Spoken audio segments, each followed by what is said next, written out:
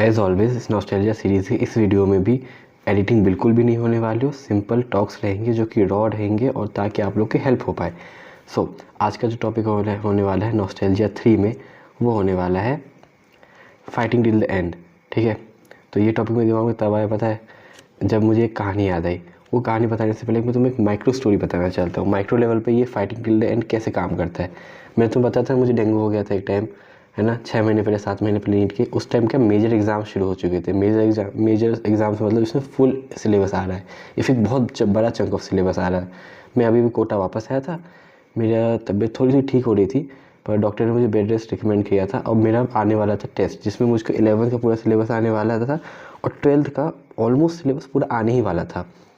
तो मेरी हालत हो रखी थी। ठीक है, और मेरा एग्ज़ाम कुछ 3 दिन में है और आज मतलब 2 दिन मैंने पढ़ाई की, तीसरे दिन भी मेरी पढ़ाई सिलेबस तो नहीं हो पा रहा था। मैं समझ चुका था मेरा सिलेबस नहीं होने वाला है। ठीक है, अब इस सिचुएशन में पास दो रास्ते थे।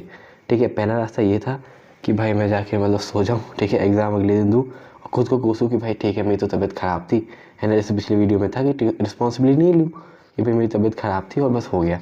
ठीक है, दूसरा मैंने क्या किया पता है, मैं पूरी रात पढ़ा, सुबह के 5 बजे तक पढ़ा, 5 बजे सोया, 7 बजे उठा, ब्रश किया, फिर 7 बजे से पढ़ना शुरू किया। 10 बजे एग्ज़ाम था, 10 बजे एग्ज़ाम लिखने गया, 1 बजे एग्ज़ाम ख़त्म हुआ।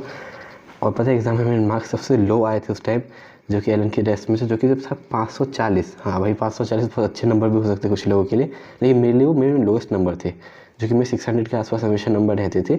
मेरे इसमें 540 नंबर थे, जो कि बहुत कम थे, लेकिन मुझे पता था कहीं ना कहीं मैंने अच्छा किया है। मुझे अंदर से सेटिस्फेक्शन था that I fought till the end. अब मैं ऐसा क्यों बोल रहा हूँ कि देखो, अगर इस सिचुएशन में क्या हुआ था, मैं 11th पूरा रिवाइज हो चुका था, 12th का कुछ पार्ट रह चुका था, लेकिन अब देखो मैं 11th रिवाइज हो चुका, मैं 50% डन था। ठीक है, अब यही सिचुएशन में अगर मैं अपने आप को बोलता भाई मेरे तो नहीं हो रहा है, क्या होगा, अगली बार कर लेंगे, अगली बार देख लेंगे, ठीक है, अभी मैं एक्सक्यूजेस दे करके मैं चीज़ों को छोड़ देता, तो पता क्या होता, मैं 11th नहीं होता, मैं हमेशा पॉइंट 0 से शुरू करता। लेकिन अभी ऑलरेडी पॉइंट 50% आगे था, अब मुझे और बस 50% आगे जाना है। 50 कदम चल चुका हूँ, 50 कदम और चलना है, राइट। अब ये माइक्रो लेवल पे था कि कैसे मैं 1 दिन 2 दिन 3 दिन एक शॉर्ट टर्म या हफ्ते भर में मुझे किस तरह से एक एक्सप्लोसिव तरीके से पढ़ाई करनी पड़ गई, राइट। नेक्स्ट मुझे पता है मैक्रो लेवल पे बताऊँ, तो एक बार हम लोग कोटा एक्चुअली जा रहे थे, तो हमारे बहुत सारे हमारे दोस्त थे ना, मेरे दोस्त थे, उनके भी दोस्त थे। ठीक है, तो एक लड़की जा रही थी, उसकी मम्मी भी उसके साथ थी। पता उसकी मम्मी ने क्या बोला, अरे बेटा इस साल निकलेगा तो निकलेगा, नहीं तो अगले साल देख लेंगे, थोड़ी इतनी जल्दबाजी है। ठीक है, मैंने तो बोला बेटा तू टेंशन मत ले, अपने को एग्ज़ाम निकालना है, लेकिन कोई टेंशन नहीं लेनी है, अभी बहुत मतलब टाइम कहाँ बचा है। और पता है उसका टाइम कितना था, 6-7 महीने बचे हुए थे एग्ज़ाम को होने के लिए, मतलब 6-7 महीने। अभी तुम यूट्यूब पे सर्च करो तुम्हें पता चल जाएगा 6 मंथ नीट स्ट्रेटजी मिल जाती है। और लिटरली मेरे दोस्त ने 3-4 महीनों में नीट को क्रैक किया है। मैं नहीं हूँ ऐसा बंदा, लेकिन किए हैं ऐसे लोग, एग्जिस्ट करते हैं जिन्होंने 14-14 घंटे पढ़ाई करके आखिरी के 4-5 महीने में नीट क्रैक कर लिया है। ठीक है, एक तो मेरा दोस्त है कि 3 महीने लास्ट के पढ़ा 16-16 घंटे, तब जाके उसका नीट क्रैक हुआ। लेकिन हाँ ऐसे लोग एग्जिस्ट करते हैं। और बता वो लड़की 6 मंथ पे स्टैंड कर रही थी, वहाँ से 6-7 महीने थे। और मैंने बोला भी उस टाइम भी बोला, आंटी 6-7 महीने में नीट निकल सकता है, अगर नहीं निकले कम से ट्राई तो करो। पता है वो ट्राई भी नहीं की, क्योंकि पता है अगर तुम मान लो, ठीक है मान लिया तुम्हारा 6 मंथ में नीट नहीं निकल रहा है, तो तुम 6 मंथ से लेकर के नीट के एग्ज़ाम से हमारे 7 मंथ हो गए। ठीक है, 7th मंथ में तुम्हें पता कितने सिलेबस हो सकता है, पूरा 11th का सिलेबस ढंग से कर सकते हो तुम। अगर तुम 7 महीने लो पूरा 11th का समय, ये एग्जैजरेट नहीं करो कि भाई तुम पूरा सिलेबस कर दो, 2-3 रिवीजन कर दो, है ना, वो तो एक्सट्रीम केस हो गया। पर अगर तुम अगर नॉर्मली ट्राई भी करो, अपने 100% देने की कोशिश करो, तुम्हारा 11th का सिलेबस हो सकता है 12th का सिलेबस भी हो जाए।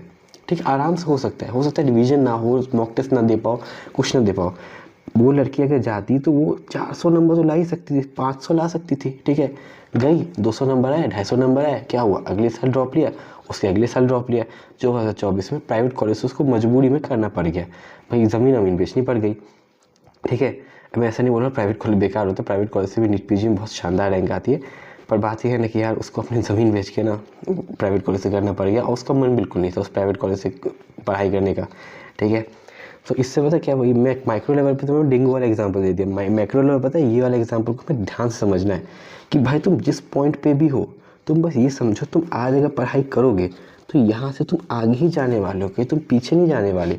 इवन अभी अगर तुम्हें लग रहा है तुम रात के 3 बजे बैठ के टाइम पास कर रहे हो, तुम पूरा दिन पढ़ाई नहीं की, अब तुम्हें नींद नहीं आ रही, तो अगर तुम 3 बजे से लेकर 4 बजे तक पढ़ाई करोगे ना, तो कुछ ना कुछ पढ़ोगे ही, भले तुम्हें 5-10 पेज पर, बस you are in progress because every step counts.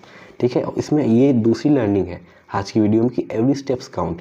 भले तुमने 1 घंटा पढ़ा है कि आधे घंटे पढ़ा है कि, या फिर जब तुम मार्केट जा रहे हो तो तुम 10 मिनट के लिए मोबाइल खोल के पढ़ लिया, या फिर मान लो कि तुम लाइक हॉस्पिटल में जा रहे हो, है ना, या फिर तुम्हारे किसी की तबीयत ख़राब होगी घर में, तो अपने पेरेंट्स को लेके जा रहे हो हॉस्पिटल। ठीक है, तो वहाँ पे तुमने 2 मिनट के लिए मोबाइल खोला, 2 मिनट मोबाइल में 5-6 MCQ कर लिए, फिर 5 से कुछ 2-4 बुक की पेजेस ही पढ़ लिए।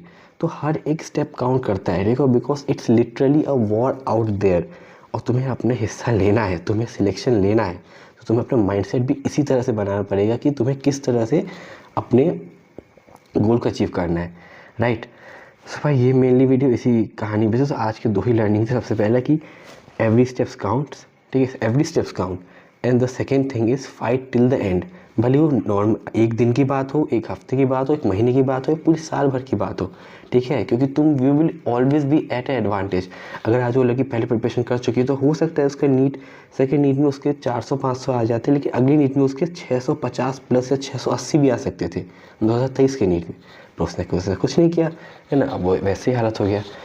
या तो मैं यही बोलने वाला था, यही बोल रहा था, ऐसे सीन है, ठीक है। और मुझे कमेंट बताओ तुम लोग को नेक्स्ट टॉपिक क्या चाहिए। अभी देखो मैंने एलन कोटा से पढ़ाई की है, तो मैं कुछ बातें बता सकता हूँ एलन कोटा की, कैसे वहाँ पे पढ़ाई होती है, एंड मॉड्यूल सॉल्व करने चाहिए कि नहीं चाहिए। मैंने क्या गलतियाँ की कि मैंने मॉड्यूल सॉल्व कर लिया, फिर मॉड्यूल मैंने सॉल्व कुछ टॉपिक के नहीं किए, मैंने कहाँ पर क्वेश्चन प्रैक्टिस कम किया, कहाँ क्वेश्चन प्रैक्टिस मैंने ज़्यादा किया। सो कमेंट खुला हुआ है, अपने अपने ओपिनियन बताओ। मैं मिलता हूँ तुम लोग से नेक्स्ट वीडियो में कुछ और टॉपिक्स है। तब तक के लिए टेक केयर, बाय।